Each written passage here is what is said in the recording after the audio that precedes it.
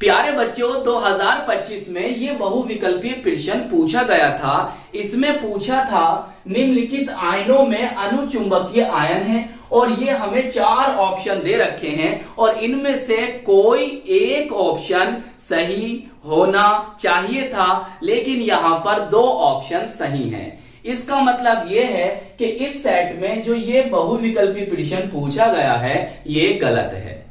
अब ये गलत क्यों है, इसका सही आंसर क्या होगा, इसका करेक्ट ऑप्शन कौन सा होगा, ये तो आपको पता चलेगा जब आप इस वीडियो को शुरू से लेकर लास्ट तक देखेंगे और बिल्कुल भी स्किप नहीं करेंगे। तो चलिए फिर समझते हैं। प्यारे बच्चों, आप कैसे पहचानोगे जो आयन आपको दिए हैं वो अनुचुंबकीय पैरामैग्नेटिक हैं या नहीं। ये तो प्यारे बच्चों आपको उन आयन का इलेक्ट्रॉनिक विन्यास, इलेक्ट्रॉनिक कॉन्फ़िगरेशन लिखने के बाद पता चलेगा। जो उनका बाह्यतम कोश होगा, जो उसमें कक्षक होंगे, अगर उन कक्षकों में अयुग्मित इलेक्ट्रॉन है, अनपेयर्ड इलेक्ट्रॉन है, तो फिर वो अनुचुंबकीय आयन होंगे, पैरामैग्नेटिक आयन होंगे। और अगर उनमें कोई भी अयुग्मित इलेक्ट्रॉन नहीं है, कोई भी अनपेयर्ड इलेक्ट्रॉन नहीं है, तो फिर वो अनुचुंबकीय आयन नहीं है, उन्हें कहेंगे प्रतिचुंबकीय आयन, डायामैग्नेटिक आयन। चलिए समझते हैं। प्यारे बच्चों, फर्स्ट ऑप्शन हमें दे रखा है Zn2 पॉजिटिव। हम जानते हैं किसी आयन पर अगर एक पॉजिटिव चार्ज है तो उसने एक इलेक्ट्रॉन को डोनेट किया है, एक इलेक्ट्रॉन को दान किया है, एक इलेक्ट्रॉन को मुक्त किया है, एक इलेक्ट्रॉन को रिलीज किया है। और अगर किसी पर प्लस के 2 चार्ज आ गए हैं तो इसका मतलब उसने 2 इलेक्ट्रॉन दिए हैं, और किसी पर प्लस के 3 चार्ज हैं तो इसका मतलब यह है कि उसने 3 इलेक्ट्रॉन को डोनेट किया है।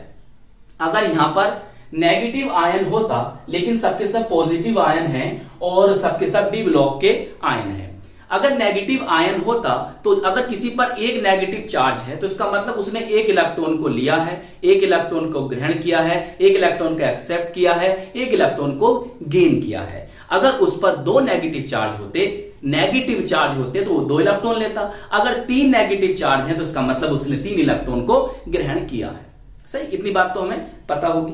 अब प्यारे बच्चों, यहां पर आपका फर्स्ट ऑप्शन है Zn, जिसे हम कहते हैं जिंक, और जिंक पर है यहां पर प्लस के 2 चार्ज, मतलब इसने 2 इलेक्ट्रॉनों को डोनेट किया है। और प्यारे बच्चों, इसका परमाणु क्रमांक होता है 30। चाहे ऐसे लिखो या ऐसे लिखो, बात तो एक ही है। अब प्यारे बच्चों, इलेक्ट्रॉनिक विन्यास या तो ऐसे लिख लो। तो प्यारे बच्चों, जो 3D सीरीज वाले हैं, 3D सीरीज बोले तो 3D श्रेणी बोले तो प्रथम संक्रमण श्रेणी, फर्स्ट ट्रांसलेशन सीरीज वाले जितने भी हैं वो सब के सब आर्गन के निकटवर्ती होते हैं। चाहे ऐसे लिख लो, चाहे 1s2 2s2 2p6 करके भी इलेक्ट्रॉनिक विन्यास आप लिख सकते हो। सही है, शॉर्ट में ऐसे लिख सकते हो। देखो कैसे लिखते हैं, ये मैं आपको समझा देता हूं। देखो इसका परमाणु क्रमांक कितना होता है। अच्छा, एक बात समझो, पहले एक बात समझो प्यारे बच्चों। देखो आपने कक्षा 11 में एक फॉर्मूला पढ़ा होगा, Z परमाणु क्रमांक बराबर प्रोटॉनों की संख्या बराबर इलेक्ट्रॉनों की संख्या। सही, अगर Zn है और इसका परमाणु क्रमांक 30 है, इस पर कोई चार्ज नहीं है अभी ये परमाणु के रूप में है, तो 30 परमाणु क्रमांक है, 30 प्रोटॉन है और 30 ही क्या होंगे, इसमें इलेक्ट्रॉन होंगे। और अब ये बन जाता है Zn2 पॉजिटिव, मतलब इसके पास 2 प्लस के चार्ज आ गए, तो यहां से 2 इलेक्ट्रॉन क्या होंगे प्यारे बच्चों, कम हो जाएंगे। अब कितने इलेक्ट्रॉन बचेंगे, इसमें 28 इलेक्ट्रॉन बचेंगे। सही, लेकिन परमाणु क्रमांक तो वही रहेगा। आ रही बात समझ में, तो टेंशन नहीं लेना, कभी कंफ्यूज हो जाओ। आओ समझो यहां पर। अब देखो प्यारे बच्चों, ये मैंने कैसे लिख दिया उसे बताता हूं। देखो आर्गन का परमाणु क्रमांक कितना है, 18, तो इसमें 18 ही इलेक्ट्रॉन होंगे। और 18 और 10 कितना हो गए, 28, और 28 और 2 30, तो 30 इलेक्ट्रॉन हो गए यहां से यहां तक। तो इसमें कितने इलेक्ट्रॉन होते हैं, 30 इलेक्ट्रॉन होते हैं।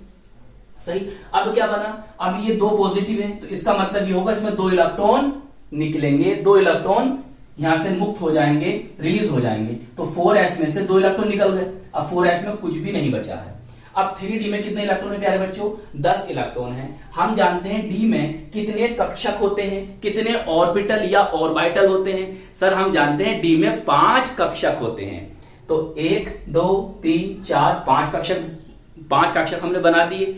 और D में कितने इलेक्ट्रॉन है, सर 10 इलेक्ट्रॉन है। तो इलेक्ट्रॉन एक एक करके पहले प्रवेश करेंगे। देखो 1 2 3 4 5, सही, एक एक करके प्रवेश करते हैं। किसके नियम से, हुंड के नियम से। अब इसके बाद जब सब कक्षक में एक एक इलेक्ट्रॉन हो जाएगा तो अब इलेक्ट्रॉन युग्मित होना शुरू होंगे, सही है, पेयर्ड होना शुरू हो जाएंगे। 6, 7, 8, 9, 10। इसका मतलब सर यहां पर तो कोई भी अयुग्मित इलेक्ट्रॉन नहीं है, कोई भी अनपेयर्ड इलेक्ट्रॉन नहीं है, तो इसीलिए Zn2 पॉजिटिव आयन जो होगा वो प्रति चुंबकीय आयन है, डायामैग्नेटिक आयन है। क्यों है? तो आप कहते हैं ना सर इसमें कोई भी अयुग्मित इलेक्ट्रॉन नहीं होता है, कोई भी अनपेयर्ड इलेक्ट्रॉन नहीं होता है, इसलिए Zn2 पॉजिटिव आयन प्रति चुंबकीय आयन है, डायामैग्नेटिक आयन है। बात समझ में आ गई? चलिए, तो ये तो हमारा ऑप्शन है नहीं। अब बात करें प्यारे बच्चों Ni की, निकिल की। अब देखो पहले इसका परमाणु हमने लिखा है, सही। परमाणु का इलेक्ट्रॉन विन्यास ये होगा, 3D में 8 इलेक्ट्रॉन, 4s में 2 इलेक्ट्रॉन। अब इस पर जब प्लस के 2 चार्ज आएंगे तो यहां से 2 इलेक्ट्रॉन निकल जाएंगे और 3D में 8 इलेक्ट्रॉन बचेंगे। तो बस 1, 2, 3, 4, 5, सही, 6, 7, 8। अब कितने बचे सर? यहां पर 2 अयुग्मित इलेक्ट्रॉन है, 2 अनपेयर्ड इलेक्ट्रॉन है, इसीलिए Ni2 पॉजिटिव आयन जो होगा वो अनुचुंबकीय आयन होगा, पैरामैग्नेटिक आयन होगा। तो हमसे यही पूछा था और यही हमारा आंसर होगा। अब जो केमिकल लोचा है वो है भैया इसके अंदर, इसे समझो ध्यान से। देखो प्यारे बच्चों, कॉपर का परमाणु क्रमांक 29 है, सही, परमाणु क्रमांक 29 है। इस समय इलेक्ट्रॉन भी कितने होंगे? 29 ही होंगे, सही, हमने भर दिए। अब आप देख रहे हो सर यहां तो 3D में 9 इलेक्ट्रॉन और 4s में 2 इलेक्ट्रॉन आने चाहिए थे। बिल्कुल आपकी बात सही है, आने चाहिए थे, लेकिन ये वाले भाई साहब और ये जो है ऑफ-बाउ नियम का अपवाद है, ऑफ-बाउ नियम का अपवाद होते हैं। अब क्यों है, कैसे भैया, ये तो मैं बताऊंगा तो बहुत लंबी वीडियो चली जाएगी और 11वीं क्लास में आपने पढ़ा भी होगा, सही। लेकिन यहां के लिए इतना याद कर लीजिए, इसमें भैया 3D में 10 इलेक्ट्रॉन और 4s में 1 इलेक्ट्रॉन आएगा, सही। अगर ये आपको Cu पॉजिटिव बोले तो Q+ आयन, इन आयन के नेम याद कर लेना, क्वेश्चन पूछा गया है। कैसे पूछा गया बताओ ना आपको? Q+ आयन, Q+ आयन रंगहीन होता है, क्यों? Q' आयन रंगीन कलर्ड होता है, क्यों? याद रखना, Q+, इस पर चार्ज कम होंगे और Q' पर चार्ज ज्यादा है, ऐसे याद करते हैं इसे। अब प्यारे बच्चों, जब ये वाला आयन ये बना होगा तो इसने एक इलेक्ट्रॉन को निकाला होगा, तो 4s में से निकल गया होगा, लेकिन D में तो 10 के 10 इलेक्ट्रॉन है और हम जानते हैं जब D में 10 इलेक्ट्रॉन हो जाएंगे तो फिर उसमें कोई भी अयुग्मित, कोई भी अनपेयर्ड इलेक्ट्रॉन नहीं बचेगा।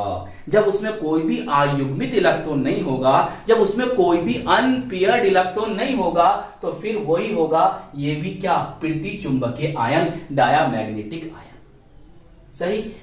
अगर हम देखें इस वाले आयन को, यहां से 2 प्लस के हैं तो 1 इलेक्ट्रॉन यहां से जाएगा, 1 इलेक्ट्रॉन यहां से जाएगा, तो D में आ जाएंगे 9। जब D में 9 आ गए तो फिर 1 आ गया अनपेयर्ड इलेक्ट्रॉन, 1 आ गया अयुग्मित इलेक्ट्रॉन। जब इसमें एक अनपेयर्ड इलेक्ट्रॉन आ गया है, जब इसमें एक अयुग्मित इलेक्ट्रॉन आ गया है, तो फिर यह हो जाएगा अनुचुंबकीय आयन, बोले तो पैरामैग्नेटिक आयन। तो इसका मतलब ये भी जो है पैरामैग्नेटिक आयन है, अनुचुंबकीय आयन है।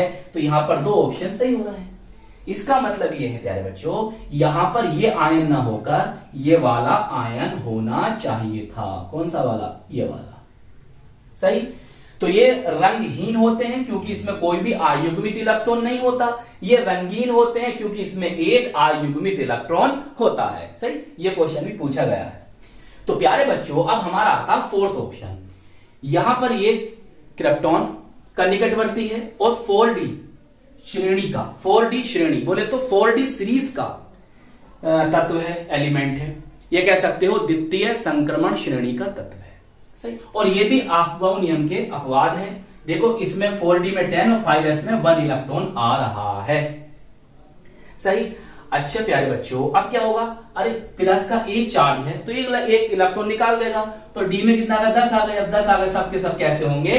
युग्मित होंगे, पेयर्ड होंगे। कोई भी अयुग्मित, कोई भी अनपेयर्ड इलेक्ट्रॉन नहीं होगा, तो फिर ये भी पृथ्वी चुंबकीय आयन डायामैग्नेटिक आयन होगा।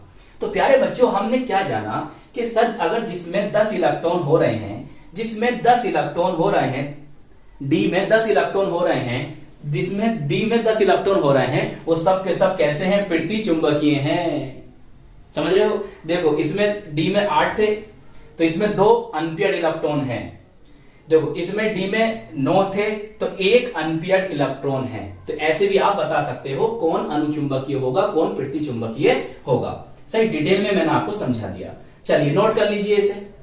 तो आई होप ये क्वेश्चन आपको अच्छी तरह से समझ में आ गया होगा। तो प्यारे बच्चों, इस वीडियो को लाइक कीजिएगा, अपने दोस्तों में, अपने साथ के पढ़ने वालों में जरूर शेयर कीजिएगा और हमारे चैनल को सब्सक्राइब कर लीजिएगा। हम मिलेंगे आपको इसकी नेक्स्ट वीडियो में। जय हिंद, जय भारत।